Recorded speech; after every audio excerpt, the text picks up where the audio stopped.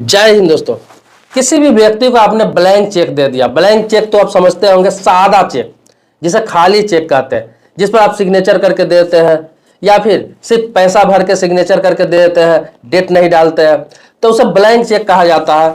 तो इस तरह का चेक कौन लोग लेते हैं? ज्यादातर आपने देखा होगा साहूकार। किसी से कर्ज लेते हैं आप गांव में और किसी से ब्याज पर पैसा लेते हैं, तो अक्सर बोलेंगे कि एक ब्लैंक चेक आप दे दीजिए, खाली चेक दे दीजिए, जब तक मेरे पास रहेगा, जब आप पैसा देंगे तो मैं आपको लौटा दूंगा। इसके अलावा बहुत सारी फाइनेंस कंपनी लेती है, बहुत सारे व्यक्ति ऐसे भी लेते हैं, या फिर ऐसे ही आपने किसी को दे दिए हुआ है, दोस्त को, रिश्तेदार को, आपको डर है कि वो मेरे साथ गलत कर सकता है, क्योंकि ब्लैंक चेक से बहुत कुछ आपके साथ किया जा सकता है।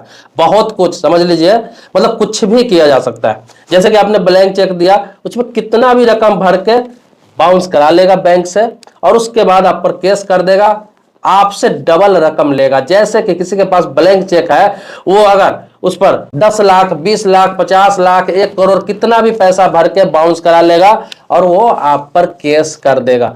फिर कोर्ट से आपको डबल पैसा देना पड़ेगा। तो ये ऊपर से कोर्ट कचहरी का चक्कर भी होगा, आपको परेशानी भी होगी, अन्यथा आपको जेल भी जाना पड़ेगा। तो मैं आपको बता दूं, इन सब से बचने के लिए आपने किसी को चेक दिया है या फिर भविष्य में आप इससे बच जाए, कभी ऐसा नौबत है किसी को चेक देने का तो आप बच जाए, अगर दे भी तो किस हिसाब से दे, वो सारे प्रक्रिया पर बात करने जा रहा हूं, सब कुछ बताऊंगा। थोड़ा कम समय का ही वीडियो बना रहा हूं, आप थोड़ा समय निकाल के पूरा वीडियो देख लीजिए। आगे बढ़ने से पहले रिक्वेस्ट करूंगा कि वीडियो को लाइक कीजिए। मन में कोई सवाल प्रश्न रह जाएगा तो कमेंट बॉक्स में आप लिखेंगे, आपके टॉपिक में ही वीडियो बनाऊंगा। देखिए होता क्या है कि साहूकार को या फिर किसी से ब्याज से पैसा लिए, उसको ब्लैंक चेक दे दिए, किसी दोस्त को दे दिए, किसी रिश्तेदार को दे दिए, या फिर किसी कारणवश अपने घर में ही किसी को दे दिया, या फिर आप किसी फाइनेंस कंपनी बैंक में दे दिया। अब देखिए बता रहा हूं, बैंक हो गया या फाइनेंस कंपनी हो गया, वहां अगर आपने दिया है तो वो लीगल है, वो लोग लेते हैं। आप कुछ फाइनेंस करा रहे हैं, गाड़ी फाइनेंस करा रहा है, कार फाइनेंस करा रहा है, का लोन फाइनेंस करा रहा है, या फिर किसी प्रकार का लोन फाइनेंस करा रहा है, तो उस तरह की जो है वो कंपनियां लेती है ब्लैंक चेक, आपसे सिग्नेचर करा के, बिना डेट डाले, बिना रकम डाले आपसे चेक लेती है, 5, 7, 10 लेती है।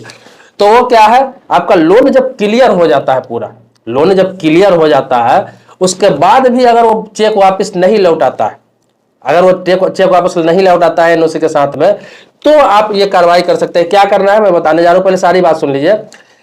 इसके अलावा आप साहूकार को दिया, आपको लग रहा है कि नहीं मेरे साथ फ्रॉड कर सकता है, या फिर आप किसी व्यक्ति को दिया, लगा कि फ्रॉड कर सकता है, अब करना क्या है, चेक को आपको स्टॉप करा लेना है। चेक को आप स्टॉप करा लेंगे तो उस चेक को कोई भी क्लियर नहीं करा सकता है। बैंक में भी वो चेक जाएगा तो बैंक वाला सीधे उसको लौटा देगा और आपको इंफॉर्मेशन भी कर देगा कि ये चेक लेकर कोई आया था। अब स्टॉप कैसे करना है, तो एक आवेदन लिखना है आपको, एक आवेदन लिखना है जिसमें चेक नंबर, चेक का सारा चीज डिटेल्स डाल देना है, बैंक का नाम, सारा चीज बैंक मैनेजर के नाम से लिखना है, और सारा उसमें चीज लिख देना है कि कैसे कैसे किसको आपने दिया था, क्या क्या प्रॉब्लम हुई, बस कारण भी तो बताना पड़ेगा किस कारण से आप कराना चाह रहे हैं। तो वो बता के आपको सारा चीज करके अपना सिग्नेचर करके बैंक में जब आप देंगे तो बैंक क्या करेगा, बैंक है कि उस चेक को स्टॉप कर देगा, सेम डे में स्टॉप कर देगा, आधा घंटा भी नहीं लगेगा, 1 घंटा भी नहीं लगेगा, वो स्टॉप कर देगा। अब स्टॉप से क्या होगा, आपके अकाउंट में उस नंबर, चेक नंबर का स्टॉप लग गया। अब क्या होगा कि वो चेक कभी भी क्लियर होने के लिए उसके पास जाएगा, चाहे रकम जितना भी भर ले, वो वहीं से लौटा दिया जाएगा, उस चेक को क्लियर नहीं किया जाएगा। और यहां तक कि बैंक आपके अकाउंट से नंबर निकाल के आपको फोन करेगा कि ये चेक फलाने आदमी लेकर आया था आप यहाँ पर क्लियर कराने के लिए, तो आपको इंफॉर्मेशन भी दे देगा। तो ये कर सकते हैं, पहला नंबर बात। दूसरा ये कर सकते हैं कि अगर आपको लगता है कि नहीं ये बैंक में देना जरूरी नहीं है, मैं पहले इंफॉर्मेशन के तौर पे कहीं और दी, कानूनी रूप से कहीं और दूं, तो आप क्या कर सकते हैं कि आप थाने में जाकर एक इंफॉर्मेशन दे सकते हैं और उसका रिसीविंग ले सकते हैं।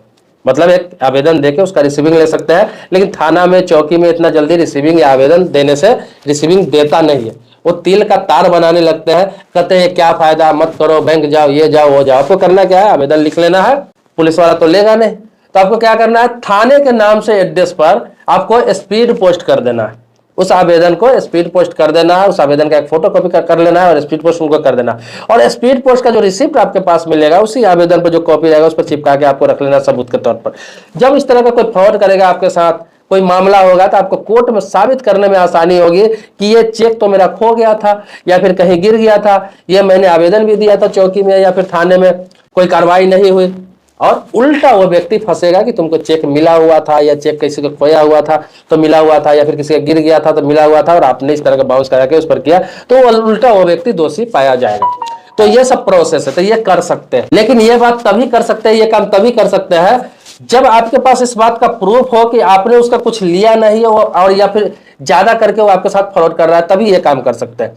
जैसे मैं आपको बता दूं, आपने किसी से 50,000 रुपया उधार लिया, किसी से कर्ज लिया, साहूकार से या फिर किसी से, किसी व्यक्ति से, आपने उसको ब्लैंक चेक दे दिया, ठीक है, दे दिया।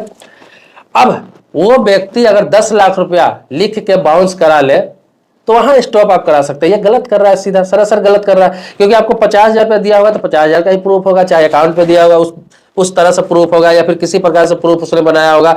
लेकिन अगर वो 10 लाख रुपया लिख लेगा तो उसको भी तो साबित करना है कि 10 लाख रुपया किस चीज, किस व्यक्ति से लेने, और 10 लाख रुपया कैश आपने दिया कैसा, जबकि सरकारी नियम है, लॉ है। आपको बता देता हूं कि 2 लाख रुपया से ज्यादा कैश लेन देन किसी प्रकार से नहीं करना, चाहे आप लोन के रूप में दे रहे हैं, या फिर आप प्रॉपर्टी खरीद रहे हैं उसके रूप में पैसा दे रहा है, या फिर किसी प्रकार से कोई चीज खरीद रहा है। 2 लाख रुपया से ऊपर कैश का लेन देन करना अवैध है, गैर कानूनी है, अपराध है।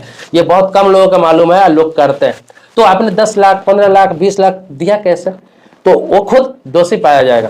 तो इस पीरियड में दे सकते हैं कि आपने 50,000, 1 लाख लोन लिया और व्यक्ति 2 लाख, 4 लाख, 5 लाख, 10 लाख रुपया भर के बाउंस करा लिया है, तो वहां पे आप स्टॉप करा सकते हैं, या फिर थाने में आप इंफॉर्मेशन दे सकते हैं। तो ये आपका काम आएगा। आप पर बाउंस करा के केस भी कर देता है तो आप सीधा वहां साबित कीजिए, ये चेक मैंने ये दिया था, इसने ऐसे से मेरे साथ किया, मैंने थाने में भी दिया था, मुझे पहले से शक था कि ये मेरे साथ फ्रॉड करेगा, धोखाधड़ी करेगा। लेकिन मैं आपको बता दूं कि हाँ, किसी को सही रूप से आपने दिया है, किसी को सही रूप से आपने दिया है कि आपने 50,000 रुपया उससे लिया, 1 लाख रुपया लिया, 2 लाख रुपया दिया, और ब्लैंक चेक उसको दिया, उसने उतना ही रकम भर के, या फिर इंटरेस्ट के साथ जितना रकम होता है जो आपसे वादा था उतना करके अगर वो चेक बाउंस कराता है, पर केस करता है, तो वो तो लीगल है, वो लीगल है। इसमें आपको स्टॉप कराने से, या फिर एक्शन लेने से, या फिर किसी प्रकार को कुछ कराने से कोई फायदा नहीं है।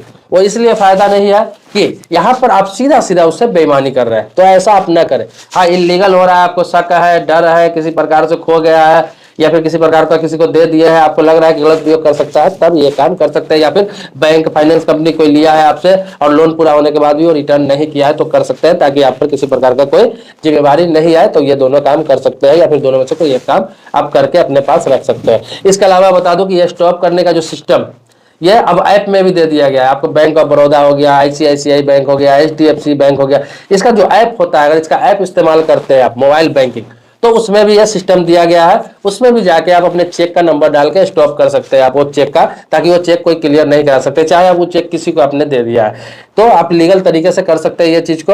और बता दूं आपको कि बहुत सारे बैंक ऐसा है जिसमें अभी ये फंक्शन अभी ऐप में नहीं आया है, लेकिन ये सब बैंक में आ गया हुआ है। कोई कोई बैंक थोड़ा बहुत आपसे चार्ज भी करता है, स्टॉप कराने का चेक थोड़ा बहुत चार्ज भी करता है। ये चार्ज आपका 50 रुपया भी हो सकता है, 100 रुपया भी हो सकता है, और 150 रुपया भी हो सकता है, थोड़ा बहुत इससे ज्यादा और कम भी हो सकता है। तो सभी बैंक का अलग अलग नियम है, कोई कोई बैंक चार्ज नहीं भी करती है। तो ये सब बात समझ लीजिए, बहुत ही आसान प्रोसेस बताया हूँ, बहुत ही काम की बात बताया हूँ, क्योंकि इस तरह के बहुत सारे सवाल आए थे। अब आपके मन में भी सवाल है तो लिख ही दीजिए, आपके सवाल में भी वीडियो बना दूंगा, क्योंकि सवाल मैं सारा पढ़ता हूँ, जवाब भले ही न दे पाऊँ, लेकिन सवाल सारा पढ़ता हूँ। तो आप भी लिख डालिए जो भी मन में प्रश्न है आपके टॉपिक को, भी आज न कल वीडियो बन जाएगा, थोड़ा वेट करना पड़ेगा। तो आप पहली बार इस वीडियो को देख रहे हैं, मतलब मेरे चैनल को पहली बार देख रहे हैं, तो चैनल को सब्सक्राइब करिए, बगल में बेल घंटी दिखेगा उसको भी जरूर दबा लेंगे। लेकिन पुराने सब्सक्राइबर है, बराबर आपको वीडियो मिलता है, तो आपको पता ही है कितने टॉपिक को वीडियो बनाता हूं। आप सवाल लिखिए, मिलते हैं नए वीडियो में एक नए मुद्दे के साथ, तब तक के लिए शुक्रिया, धन्यवाद, जय हिंद दोस्तों।